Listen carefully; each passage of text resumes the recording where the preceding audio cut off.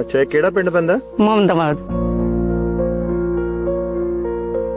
ਦਰਿਆ ਦਾ ਜਿਹੜਾ ਬੰਨ ਹੈ ਇਹ ਟੁੱਟਣ ਨੂੰ ਤਿਆਰ ਹੈ ਤੁਹਾਡੇ ਤਿਆਰ ਹੈ, ਟੁੱਟਣ ਨੂੰ ਤਿਆਰ। ਹੁਣ ਫੇਰ ਆ ਵੇਖ ਲਓ ਵੀ ਘਰ ਦੇ ਵਿੱਚ ਹੀ ਆ ਸਭ ਪਾਣੀ ਆ, ਡੰਗਰ ਵੀ ਪਾਣੀ ਚ ਖਲੋਤੇ ਆ, ਆਪ ਵੀ ਪਾਣੀ ਦੇ ਵਿੱਚ ਆ। ਫਸਲਵਾੜੀ ਦਾ ਜੀ ਹੋਇਆ, ਝੋਨਾ ਬਹੁਤ ਜ਼ਿਆਦਾ ਮਰਿਆ, ਪੱਕਿਆ ਪਕਾਇਆ। ਸਾਡਾ ਸ਼ੁਕਰ ਹੈ ਦਾਤਿਆ, ਬੜੀ ਸੋਹਣੀ ਫਸਲ ਲੱਗੀ ਹੈ ਇਸ ਵਾਰ ਧੀ ਦੇ ਹੱਥ ਪੀਲੇ ਕਰਨ ਜੋਗੇ ਹੋ ਜਾਣਗੇ। ਆਪਣਾ ਵੀ ਮੈਨੂੰ ਗੈਰ ਹੀ ਲੱਗਦਾ, ਅੰਮ੍ਰਿਤ ਵੀ ਮੈਨੂੰ ਜ਼ਹਿਰ ਹੀ ਲੱਗਦਾ।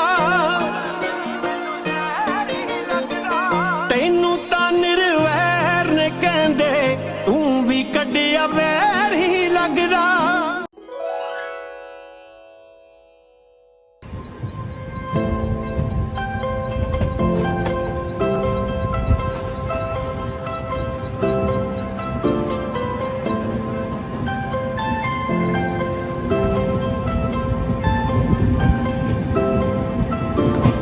गुड मॉर्निंग दोस्तों, क्या हाल है? होप सब बढ़िया होंगे और बढ़िया ही होने चाहिए। मैं यहाँ मस्त अपनी मॉर्निंग स्टार्ट हो चुकी है प्रयागराज से।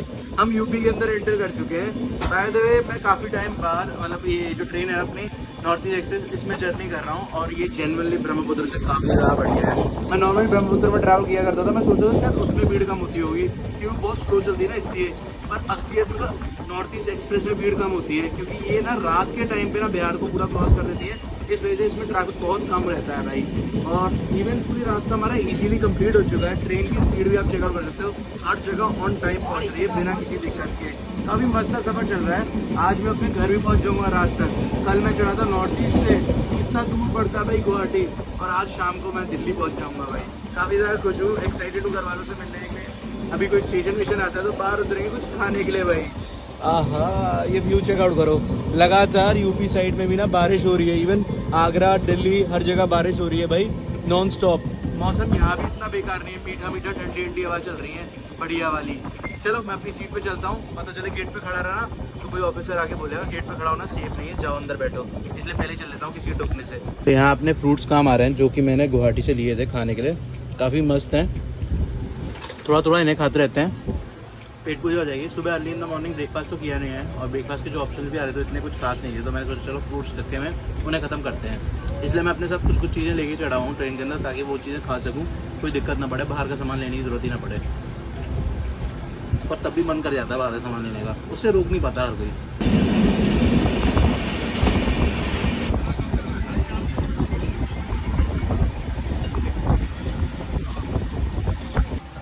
हैरान हो जाओगे एक बात सुन के आप कि ये जो ट्रेन है ना वो बिहार होके क्रॉस करी है, और देख लो भाई बिल्कुल भरी नहीं भाई, बिल्कुल खाली रही। अभी हम प्रयागराज पहुंचने वाले हैं, एग्जैक्टली प्रयागराज से थोड़ा सा ही दूर है, और अभी तक इसकी पूरे मतलब सीटों पे लोग नहीं आए हैं।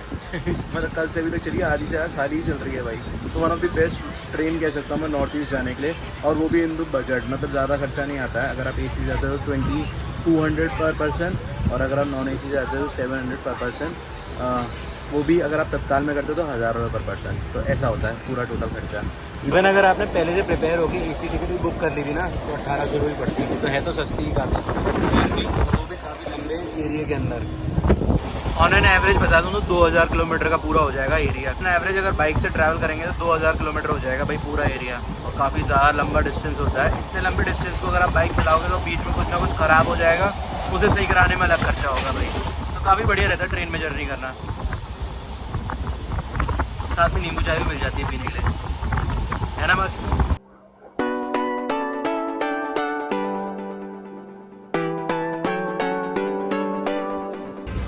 तो ये यमुना नदी का आप हाल देख रहे थे भाई, और जितनी यमुना नदी ना इससे ज़्यादा गहरी होकर चलती है भाई गंगा नदी, जो कि अपोजिट होगी इससे।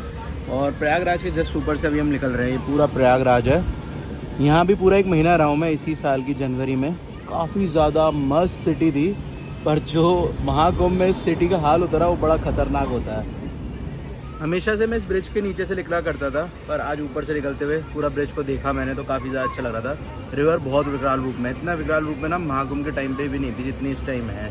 महाकुंभ के टाइम पे ठंड भी चल रही थी तो इतनी नहीं थी, पर अभी तो बहुत है भाई।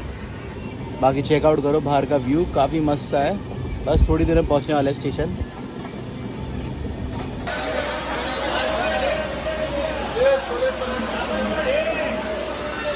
ओहो, ट्रेन टॉयलेट करने लग गई। क्लीनिंग हो रहा है अभी अंदर का पानी सारा। जब टैंक के अंदर पानी फुल हो जाता है ना तो साफ वाला पानी बाहर निकलने नहीं जाता है, उसका ये एग्जिट पॉइंट है, तो इस वजह से यहाँ पानी बह रहा है भाई।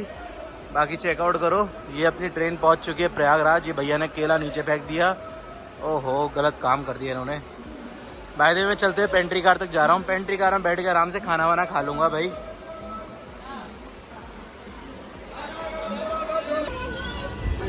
पेंट्री कार के अंदर मैंने रिकॉर्ड नहीं किया, खाना खा के आ चुका हूँ। सिंपल स्टैंडर्ड थाली खाई थी जो कल खाई थी वही मैंने। बाकी चलते हैं अपनी सीट पे वापस।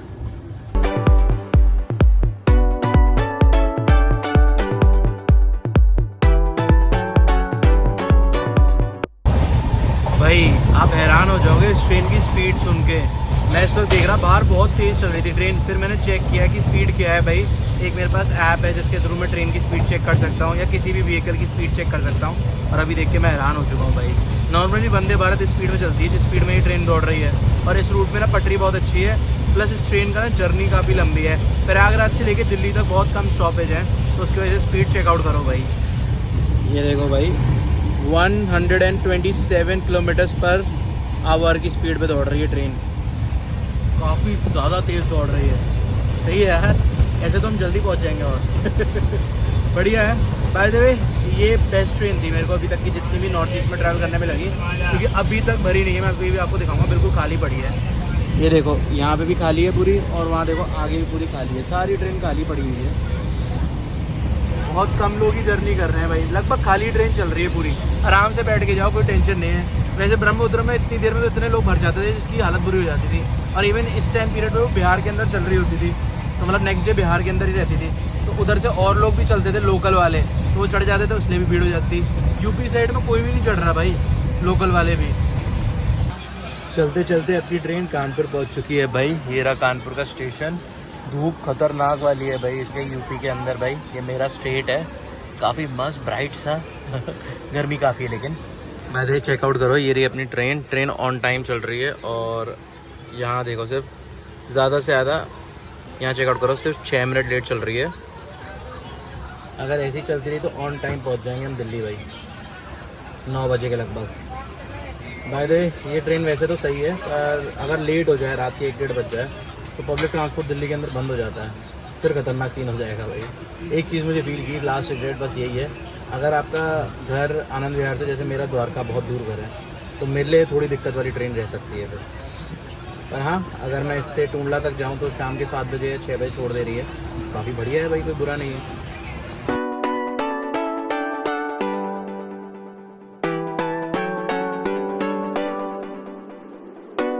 थोड़ी देर पहले ही मम्मी का फ़ोन आया था जैसे मुझे पूछने के लिए, बेटा कहाँ पहुँच गया, तो मैंने उन्हें बताया मैं कानपुर पहुँच चुका हूँ, शाम तक मैं दिल्ली पहुँच भी जाऊँगा। तो कह रही थी भाई दिल्ली पहुँच जाएगा तो वहाँ से आने के वक्त ना, जब तू आगरा आएगा तो सामान लेके आइयो। तो मैंने उन्हें बोला मैं तो ट्रेन में आने वाला हूँ, तो सामान कैसे लेके आऊँगा। तो उन्होंने मुझे बोला दिल्ली में ना इलेक्ट्रिक कार पड़ी है, उसे आगरा लेकर आ जा और सामान भी लेकर आ जा साथ साथ। पहले से वैसे प्लान था मेरा आगरा जाने का, लेकिन भाई ट्रेन जाने वाला था, पर अब बाय कार जाएंगे भाई, सामान वामान रख के। कुछ सामान है जो दिल्ली के अंदर पड़ा हुआ, मम्मी ने लिया हुआ होगा, वो सारा सामान इलेक्ट्रिक कार के अंदर लोड करके अपन आराम से फिर आगरा की तरफ निकलेंगे। रात को स्टेशन पे गाड़ी जब पहुंचेगी ट्रेन अपनी, तो उसके बाद अपनी बाइक भी निकलेगी ट्रेन से, फिर उसे मैं घर जाके खड़ा करूँगा, फिर कार लेके जाऊँगा मासी के यहाँ पे, फिर वहाँ चार्जिंग लगाऊंगा, और फिर वहीं से कल सुबह निकल जाऊँगा मनीष से मिलने, घर वालों से मिलने आगरा के लिए भाई। इस बार मैं दिल्ली में रुकने वाला काम हूँ, सीधा आगरा जाने वाला हूँ।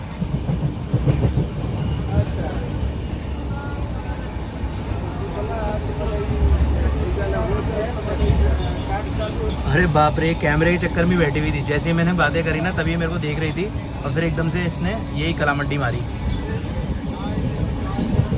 ये बाप रे,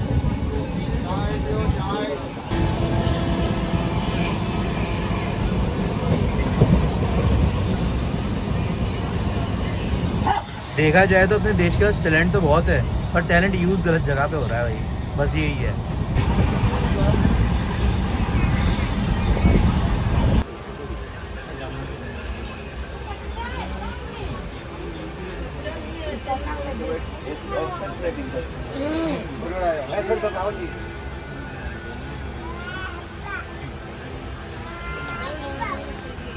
मैं बच्चा चोर हूँ, ले जाऊंगा उठा के। बच्चा चोर चलेगा? ले जाऊँ उठा के? कितना मुस्कुरा रहा है ना बच्चा, मस्त अपनी ज़िंदगी में खेल कूद रहा है, बिल्कुल खुश। ऐसे ही बहुत खुश इस वक्त पंजाब के बच्चे भी हैं। हड़ बेशक वहाँ पर आया हुआ है, बहुत परेशान है, पर उनकी रील्स देख रहा हूँ भाई, हंस रहे हैं, खेल रहे हैं, कूद रहे हैं, उन्हें फ़र्क नहीं पड़ता, क्योंकि उन्हें ज़िंदगी में टेंशन लेने की नहीं सोच रखी है। हैं भी तो पंजाबियों के बच्चे, टेंशन वो दूसरों को दे सकते हैं, ले नहीं सकते हैं भाई। फायदे बहुत परेशान है सब पंजाब के लोग, क्योंकि लगभग एक हफ्ते से ऊपर हो चुका है और पानी वहाँ पे खड़ा हुआ है। तो जिनके घर मजबूत बने हुए थे ना, वो भी अब टूटते हुए जा रहे हैं। बहुत घर तो पहले ही टूट चुके थे, बहुत लोगों की जानें जा चुकी हैं। इवन जो गाय भैंस पालते थे ना, मतलब वहाँ पे दूध का बिज़नेस करते थे, उनकी गाय भैंस भी इतना पानी की वजह से डिजीज़ फैल चुकी हैं, तो वो गाय भैंस भी मर रही हैं, मतलब बीमारियों की वजह से मर रही हैं। इवन बहुत सारे लोगों को बीमारियां लग चुकी हैं, पानी इतना रहता है ना, तो फिर कीड़े मकोड़े भी होते हैं, और उससे पानी से मतलब ख़तरनाक सीन हो रखा है बहुत ज़्यादा। बस समझ में नहीं आ रहा है पंजाब के लिए क्या बोलूँ, लेकिन बहुत बुरा टाइम चल रहा है इस पंजाब के साथ। प्रे कर रहा हूँ जल्दी से जल्दी सब कुछ सही हो जाए। मन तो मेरा कर रहा है कि मैं सब कुछ छोड़ छाड़ के भी पंजाब की तरफ चले जाऊँ, पर घर जा रहा हूँ, एक बार घर वालों से मिल लेता हूँ, फिर निकलता हूँ पंजाब की तरफ। मे भी मुझे जाना चाहिए पंजाब की तरफ। आप लोग क्या कहते हो बताना मुझे। ऐसे ही हरियाली से भरे हुए होते थे पंजाब के खेत, इस वक्त हरियाली नहीं, समुद्र बने हुए हैं, पानी पानी है उधर चारों तरफ। ये हमारा यूपी है भाई, पर पंजाब भी दिलों से दूर नहीं है सबके, चाहे वो किसी भी स्टेट के हों। पंजाब हमेशा कभी ना कभी उनकी मदद करने पंजाबी भी पहुँचे ही होंगे। मतलब चाहे उड़ीसा के अंदर पानी का फ्लड्स आ रखा हो, या फिर मतलब कहीं पे भी कोई भी दिक्कत आई हो। इवन नेपाल के अंदर जब भूकंप आया था, तब पंजाबी खालसा एड्स वहाँ पे मदद करने के लिए पहुँचे। पर इस वक्त पंजाब बहुत बुरे क्राइसिस के साथ है, और वैसे ही पंजाब को मदद करने कोई और कैसे पहुँचेगा? वही तो जाते थे ना सबको मदद करने, तो कौन मदद करने पहुँचेगा ना उन्हें खुद ही सब कुछ करना है। तो टफ टाइम है उनके साथ इस वक्त। सुखविंदर कौर। ਅੱਛਾ, ਇਹ ਕਿਹੜਾ ਪਿੰਡ ਪੈਂਦਾ? ਮੁਹੰਮਦਾਬਾਦ। ਦਰਿਆ ਦਾ ਜਿਹੜਾ ਬੰਨ ਹੈ ਇਹ ਟੁੱਟਣ ਨੂੰ ਤਿਆਰ ਹੈ। ਤੁਹਾਡੇ ਇੱਥੇ ਤਿਆਰ ਆ, ਟੁੱਟਣ ਨੂੰ ਤਿਆਰ ਆ। ਮਕਾਨ ਵਗੈਰਾ ਤੁਹਾਡੇ ਨੇੜੇ ਹੀ ਨੇ? ਨੇੜੇ ਹਲਾ ਹੋਏ ਨੇ ਨਾਲ ਹੀ। ਉਹਦੇ ਨਾਲ ਨਿਚਕਾਣ ਵਾਧੂ ਹੋਇਆ। ਇਹ ਭਾਂਡੇ ਭੁੰਡੇ ਰੁੜ ਕੇ ਬਾਬੇ ਦੇ ਬਣਾਏ ਦੇਗਾ ਦੁੱਗਾ ਦੇ ਨੇ, ਉਹ ਵੀ ਰੁੜ ਗਏ ਪਹਿਲਾਂ ਵੀ, ਹੁਣ ਵੀ ਨਿਚਕਾਣ ਪਹਿਲਾਂ ਵੀ ਵਾਧੂ ਹੋਇਆ। ਤੇ ਬੱਚੇ ਤੇ ਮਾਲ ਡੰਗਰ ਕਿੱਧਰ ਹੈ? ਮਾਲ ਡੰਗਰ ਰਸੇ ਲਾਤੇ ਆ ਤੇ ਬੱਚੇ ਛੱਡ ਕੇ ਆਈਆਂ ਤਰਨਤਾਰਨ ਭੈਣ ਭਰਾਵਾਂ ਕੋਲੇ, ਰਿਸ਼ਤੇਦਾਰਾਂ ਕੋਲੇ। ਇੱਕ ਨੌਂ ਰਾਣੀ ਤੇ ਬੱਚੇ ਦੋਵੇਂ, ਆਪ ਮਾਂ ਪੁੱਤ ਸਮਾਨ ਕੱਢਣ ਡਏ। ਰੋਟੀ ਪਾਣੀ ਇਧਰ ਕੋਈ ਨਾ ਕੋਈ ਖਿਲਾ ਦਿੰਦਾ, ਚਾਹੇ ਬੱਬੀ ਕੇ ਖਿਲਾ ਤੇ ਚਾਹੇ ਉਹ ਬਾਈ ਕਾਲ ਪਰਲੇ ਜਿਹੜੇ ਉਹ ਖਿਲਾਉਂਦੇ ਆ। ਬਹੁਤ ਮੰਦੀ ਹਾਲਤ, ਬਹੁਤ ਮੰਦੀ ਹਾਲਤ ਵੀਰ। ਤੁਹਾਡੇ ਕਣਕ ਬਾਹਰ ਪਈ ਸੀਗੀ, ਉਹ ਕੀ ਗੱਲ ਭਿੱਜ ਗਈ? ਭੇਜ ਨਹੀਂ ਗਏ, ਡਰਮ ਚੋਂ ਕੱਢੀ ਆ, ਡਿੱਗ ਪਏ ਤੇ ਕਿੱਧਰ ਜਾਵਾਂਗੇ, ਕਿੱਧਰ ਜਾਵਾਂਗੇ? ਸਾਲ ਭਰ ਖਾਣੀਆਂ, ਕੋਈ ਨਹੀਂ ਰਹਿ ਗਿਆ ਮੁੜ ਕੇ, ਕੋਈ ਨਹੀਂ ਵੀਰ ਬਾਤ ਪੁੱਛਦਾ। ਚੱਲੇ ਆ ਹੁਣ ਫੇਰ ਆ ਵੇਖ ਲਓ ਵੀ ਘਰ ਦੇ ਵਿੱਚ ਹੀ ਆ ਸਭ ਪਾਣੀ ਆ, ਡੰਗਰ ਵੀ ਪਾਣੀ ਚ ਖਲੋਤੇ ਆ, ਆਪ ਵੀ ਪਾਣੀ ਦੇ ਵਿੱਚ ਆ। ਫਸਲਵਾੜੀ ਦਾ ਜੀ ਹੋਇਆ, ਝੋਨਾ ਬਹੁਤ ਜ਼ਿਆਦਾ ਮਰਿਆ, ਪੱਕਿਆ ਪਕਾਇਆ। ਸਾਡਾ ਝੋਨਾ ਨਾ 5 ਕਿੱਲੇ ਥਾਂ ਸਾਡਾ ਵੱਢਣ ਵਾਲਾ ਹੀ ਹੁਣ ਐ ਦਾਣਾ ਝੱਲ ਗਿਆ, ਦਾਣਾ ਝੱਲ ਕੇ ਤੇ ਉਹ ਸਭ ਖਰਾਬ ਹੋ ਗਿਆ ਵਿੱਚ। ਇਹ ਪਹਿਲਾਂ ਜੀ 23 ਚ ਬਣੇ ਇਸ ਤਰ੍ਹਾਂ ਦੇ ਹਾਲਾਤ, 23 ਨਾਲੋਂ ਵੀ ਭੈੜੇ ਬਣ ਗਏ ਹਾਲਾਤ ਹੁਣ। 23 ਦੇ ਵਿੱਚ ਵੀ ਇਸ ਤਰ੍ਹਾਂ ਹੀ ਹਿਸਾਬ ਲਾ ਲਓ, ਸਾਰੇ ਹੁਣ ਪਾਣੀ ਚ ਡੰਗਰ ਆ ਤੇ ਪਾਣੀ ਤੁਰਿਆ ਫਿਰਦਾ। 10-10 ਫੁੱਟ ਪਾਣੀ ਆ ਸਾਡੇ ਇੱਥੇ ਲੱਗ ਲੱਗ ਘਰਾਂ ਦਾ। ਸ਼ੁਕਰ ਹੈ ਦਾਤਿਆ, ਬੜੀ ਸੋਹਣੀ ਫਸਲ ਲੱਗੀ ਹੈ ਇਸ ਵਾਰ ਧੀ ਦੇ ਹੱਥ ਪੀਲੇ ਕਰਨ ਜੋਗੇ ਹੋ ਜਾਣਗੇ। ਆਪਣਾ ਵੀ ਮੈਨੂੰ ਗੈਰ ਹੀ ਲੱਗਦਾ, ਅੰਮ੍ਰਿਤ ਵੀ ਮੈਨੂੰ ਜ਼ਹਿਰ ਹੀ ਲੱਗਦਾ। ਤੈਨੂੰ ਤਾਂ ਨਿਰਵੈਰ ਨੇ ਕਹਿੰਦੇ, ਤੂੰ ਵੀ ਕੱਢਿਆ ਵੈਰ ਹੀ ਲੱਗਦਾ।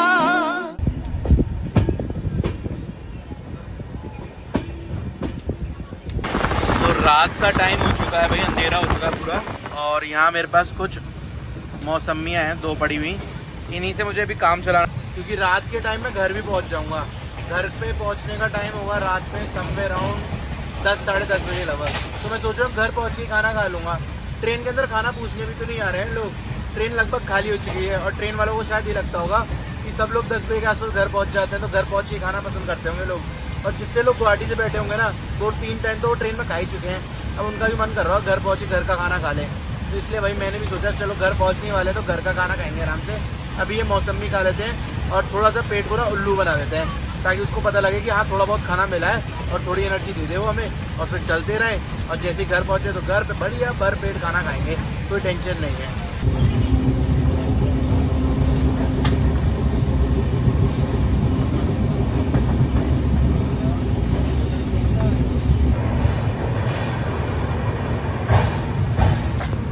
पहुंच चुकी है अपनी ट्रेन गाज़ियाबाद और मैं सारा सामान उठा के बिल्कुल गेट पे आ चुका हूँ। उठा के बाहर निकलना है भाई, और फिर बाइक पार्सल से भी निकालनी है, मतलब पार्सल ऑफिस से बाइक भी निकलवानी है। काफ़ी सारे काम होने वाले हैं। रात के एग्जैक्ट टाइम पे पहुंच चुकी है, 10 बजे का टाइम था, 10 बजे से पहले ही पहुंच चुकी है आराम से। चलो भाई उतारते हैं सारा सामान और बाहर निकलते हैं। सो मैं ट्रेन से उतर के पूरा 6 नंबर प्लेटफॉर्म से 1st नंबर प्लेटफॉर्म तक गया हूँ और उसके बाद वहाँ पर वापस शूट किया है। चलने का रास्ता शूट नहीं कर सकता था, सामान बहुत था, अभी आप आगे देखोगे। ओ भाई साहब, ये सामान उठा के ना हालत ख़राब हो जाती है भाई सच्ची। यहाँ तो कूली भी नहीं मिला, मैं खुद ही ले आया पार्सल ऑफिस तक। हाँ 6 नंबर प्लेटफॉर्म पे उतरा था, 1 नंबर प्लेटफॉर्म पे आ चुका हूँ और वो एंड में ना वहाँ कहीं पैकेजेस दिख रहे हैं, तो वहीं कहीं पार्सल ऑफिस होगा। बड़ा दूर है, थक गया मैं, थोड़ी सांस लेता हूँ फिर पहुँचता हूँ। इसके बाद मैं यहाँ से सामान उठा के फिर आगे की तरफ बढ़ा। आगे जहाँ मैं पहुँचा वो था एंड पॉइंट, जहाँ पे हमेशा बाइक उतर के खड़ी होती हैं बाकी सारी। इवन ज़्यादातर पार्सल ऑफिस ना एंड पॉइंट पे होते हैं स्टेशन के हर जगहों पे, पर यहाँ पे कहानी कुछ उल्ट थी। सेंटर में था भाई अपना पार्सल ऑफिस, फिर मैं वापस से सारा सामान उठा के बीच में आया प्लेटफॉर्म नंबर 1 के, जहाँ पर मुझे मिला वापस से पार्सल ऑफिस।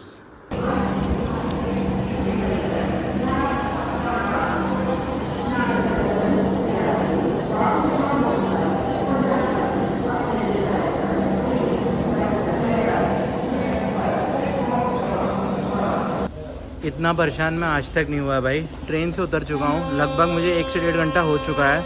पहले मैं गया प्लेटफॉर्म नंबर 1 पे, पूरा सारा सामान उठा के, इतना सारा सामान उठा के, फिर मुझे लगा बाइक शायद वहाँ से मिलेगी। वहाँ से मुझे गेट पास मिला, गेट पास बन के मिल गया। उन्होंने बताया प्लेटफॉर्म नंबर जिस पे गाड़ी आई है उसी पे चले जाओ। मैं वहाँ से 6 नंबर प्लेटफॉर्म पर वापस आया। 6 नंबर से पहले गया था 1 नंबर पर, फिर वापस 6 पे आया। और यहाँ पर भी अभी बाइक उतरी हुई नहीं दिख रही है भाई, बाइक उतरी नहीं है। और अभी फिर से 1 नंबर पे जाना पड़ेगा या पता नहीं क्या होगा। वेट कर रहा हूँ भाई, हालत ख़राब हो चुकी है बहुत ज़्यादा, बिल्कुल दिमाग ख़राब हो रहा है इस वक्त। मेरी हालत काफ़ी ज़्यादा ख़राब हो गई है और मुझे परेशान देख के भाई इनकी दुकान थी पीछे, यही परेशान हुए और मेरे साथ आ चुके हैं। अभी हम फिर जा रहे हैं ट्रेन के पीछे देखने के लिए बाइक कब उतरेगी करके। और मुझे पता नहीं सील लगी कैसी होती है, बहुत तेज़ बोल रही है आंटी, समझ में नहीं आ रहा होगा आप लोगों को।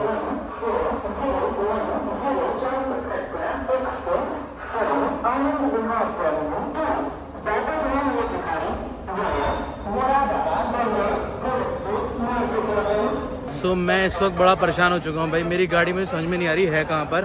भाई मुझे हेल्प करने आया है, यहाँ पे वेंडर है, इनकी दुकान है। मुझे परेशान देख के ना ये खुद हेल्प करने आया है। देखते हैं कहाँ पर है मेरी बाइक। सो ये मेरी ट्रेन है भाई जिससे मैं आया हूँ। पहली बार ऐसे देखा यार, गाड़ी इतनी देर तक उतरी नहीं। बाकी लगभग हर ट्रेन से मैं गया हूँ गाड़ी तुरंत उतार देते थे, पर यहाँ देखो ये तो गाड़ी हवा में है तो खुला ही नहीं है पार्सल बॉक्स, तो क्या उतरेगा सामान।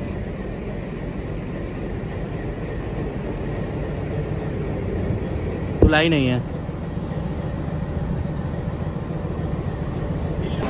भाई। गाड़ी जब तक आगे नहीं बढ़ेगी ना, थोड़ा सा आगे बढ़ेगी ना, फिर निकलेगी गाड़ी मेरी। तो ट्रेन के अंदर ही है मेरी बाइक, लेकिन जो मेरा जो पार्सल कैरियर है ना वो इस वक्त हवा में, मैंने आपको दिखाया ना, तो इसलिए बाइक निकल नहीं रही है वहाँ से। और बाइक निकालने वाले आए भी नहीं हैं यहाँ पे। थक गया यार मैं भाग भाग के इधर उधर, बहुत परेशान होना पड़ा आज। 1 से 1.5 घंटा यहाँ पे स्टेशन पे ही बैठना है। जब ये ट्रेन हिलेगी ना उसके बाद ही सामान निकलेगा भाई। बहुत परेशान हूँ मैं, क्या करूँ कुछ समझ में भी नहीं आ रहा है। यहाँ खड़ी है अपनी गाड़ी भाई, अंदर थी इसके। अभी उतारने वाले आए नहीं, यहाँ 2 भाई बैठे हुए थे, इनसे बोला उतारने के लिए तो उतार रहे हैं।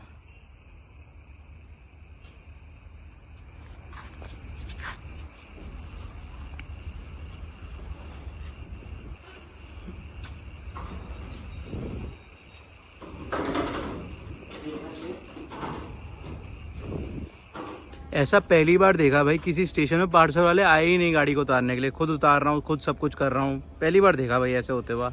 पूरी हालत ख़राब हो चुकी है मेरी, पूरे हाथ वाथ दर्द दे रहे हैं। बाइक उतारने की तो पूरी कोशिश करी, लेकिन वो इतनी ज़्यादा हाइट पे ना, मतलब वहाँ से अगर बाइक गिरी तो टूट जाएगी, कुछ चीज़ें टूट जाएंगी। इसलिए मैंने सोचा रहने देता हूँ अभी अंदर। अभी पीछे इंजन आने वाला है, इंजन लगने के बाद गाड़ी फिर वो आगे थोड़ा सा मूव होगी और फिर निकलेगा वही सामान। लाइफ में पहली बार होते देखा, अब जाके इंजन आया है और अभी पूरे 3 घंटे से ओवर हो चुके हैं और गाड़ी का इंजन अब लगेगा और फिर गाड़ी क्रॉस करके आगे जाएगी, फिर मेरी बाइक उतरेगी। ऐसा स्ट्रगल होते हुए लाइफ में कभी नहीं देखा यार मैंने।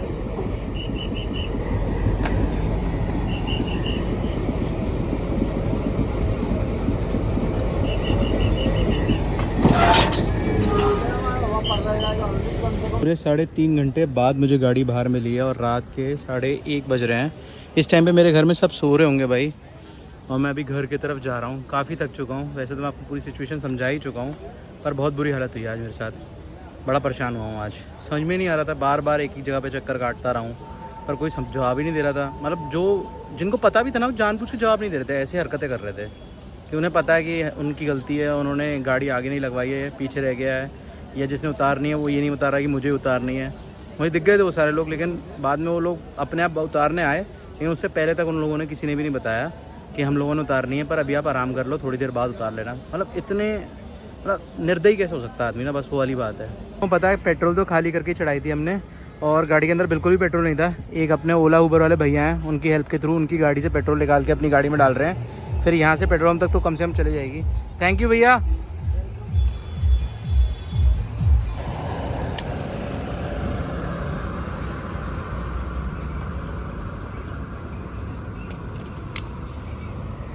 अपनी गाड़ी चालू हो गई, स्पेशल थैंक्स भैया का, थैंक यू सो मच भाई। बाकी अभी चलते हैं यहाँ से पेट्रोल पंप, अंधेरा बहुत आ रहा है भाई, रात हो रखी ना इसलिए। बाय बाय भैया। पेट्रोल भरवा लिया है मैंने बाइक के अंदर अभी, और अभी आगे निकल रहे हैं। उन भैया के बाद भी मैंने टैंक फुल करवा लिया था पेट्रोल पंप से, और अब सीधा घर की तरफ जा रहे हैं भाई। 2 बज गए हैं और घर पहुँचते पहुँचते 3 बज जाएंगे। पूरी रात काली हो गई आज, क्या कह सकता हूँ। मुझे कल सुबह अर्ली इन द मॉर्निंग उठ के जाना था आगरा, और अब मैं सोच रहा हूँ दोपहर में जाऊँगा यार, इतनी हिम्मत नहीं है अब।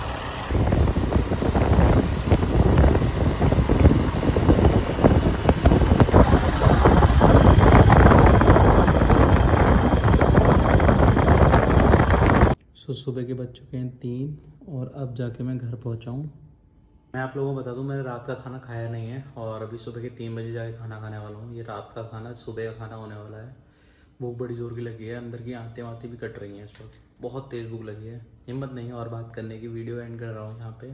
मिलते हैं कल सुबह एक नए व्लॉग के साथ, नई खुशी के साथ। अपने घर पहुँच चुके हैं बिना किसी दिक्कत के, अब आराम से सोएंगे। मिलते हैं कल, बाय बाय।